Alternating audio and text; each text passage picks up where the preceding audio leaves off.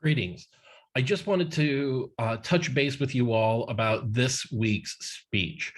This week's speech is our first real speech. It has lots of requirements. It's longer.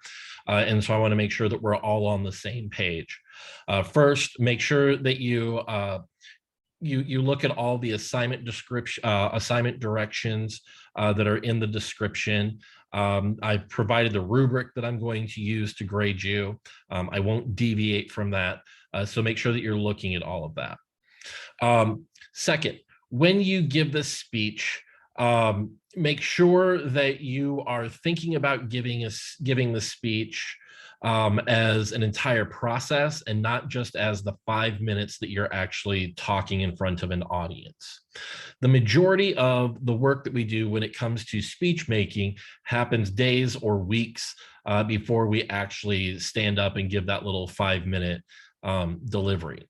And so if we start thinking about the speech making process as starting with the topic selection, so choosing a topic that we're interested in is going to help us, then going through and doing the research, finding good research, good statistics, sources that are valid, makes things easier.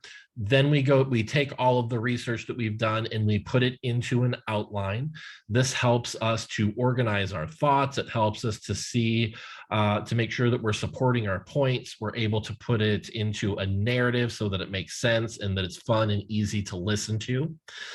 Then once you've got your outline done, then you can go ahead and start to practice delivery. So running through the presentation a few times, seeing if there are parts that you feel uncomfortable with and statistics that maybe you're having a hard time wrapping your head around, or you keep forgetting to transition or something like that.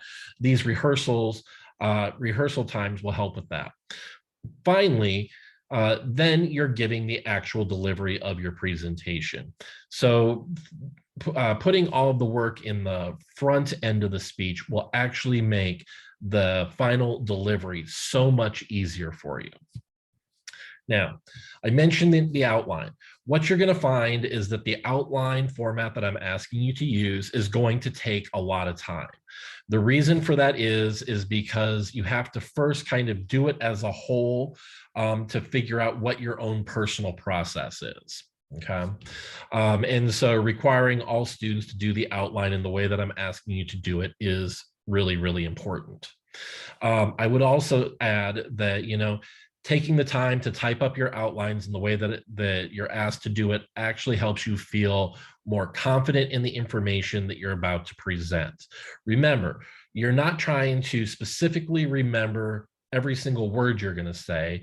You're just trying to remember the ideas that you want to convey to your audience. I have provided a helpful template on Blackboard for you. There's also an example of a student outline too that's on Blackboard. It's hyperlinked. So you have all of those tools at your disposal. The last thing I really want to talk about is the speech delivery itself. Just a couple of things to remember. First, you should be facing the camera so that I can see your face. You should be presenting this way. The camera should not be looking over your shoulder or anything like that. You should be standing up. Standing up is going to help regulate some of the nonverbals. Also, it makes it feel a little more formal. Otherwise, it starts to feel like a diary or a confessional, and that is not what we want. We want a professional feeling presentation. The assignment asks you to have an audience, but I know that sometimes that's difficult, and so not having an audience is not a big deal. However, having an audience or having at least somebody who is recording you makes the delivery of the speech so much easier. It is so much easier to deliver like you're talking to someone versus trying to look at a camera and deliver it that way. So again, something to think about, right? It makes it much, much more natural feeling. Also, it'll help cut back on the distracting nonverbals that may happen. Remember that this is an extemporaneous speech, which means that you absolutely can use notes and that you should have practiced your speech beforehand, but you absolutely should not be reading a manuscript word for word. Also, you should not be submitting a manuscript to me. I want an outline. Do not submit an edited video. The video that you submit should be one whole video from beginning to finish. If you've messed up somewhere in the middle, either keep going, or if you are tempted to edit it, then just start over. All right.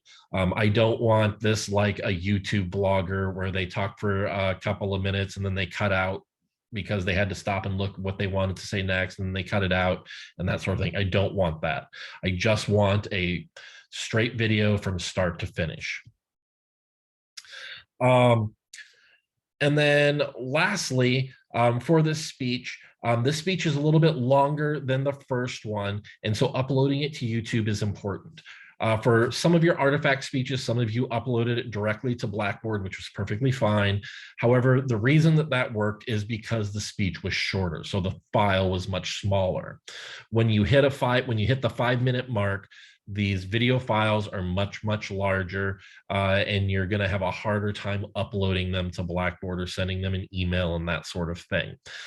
So make sure that you're figuring out how to upload it to YouTube. If you don't know how to upload it to YouTube, make sure that you ask me or you ask somebody else or you watch a YouTube video on how to do it. It's really pretty simple. And then also remember, uploading them as an unlisted video is the easiest way to do it. It doesn't show up in a YouTube search or anything like that. Only the people with the hyperlink are going to be able to see it anyways. But if you submit it as a private video, remember, make sure that you give me access to view it. Otherwise, I look forward to seeing your speeches later this week. If you have any questions, make sure that you reach out so that I can help you with it. See you later.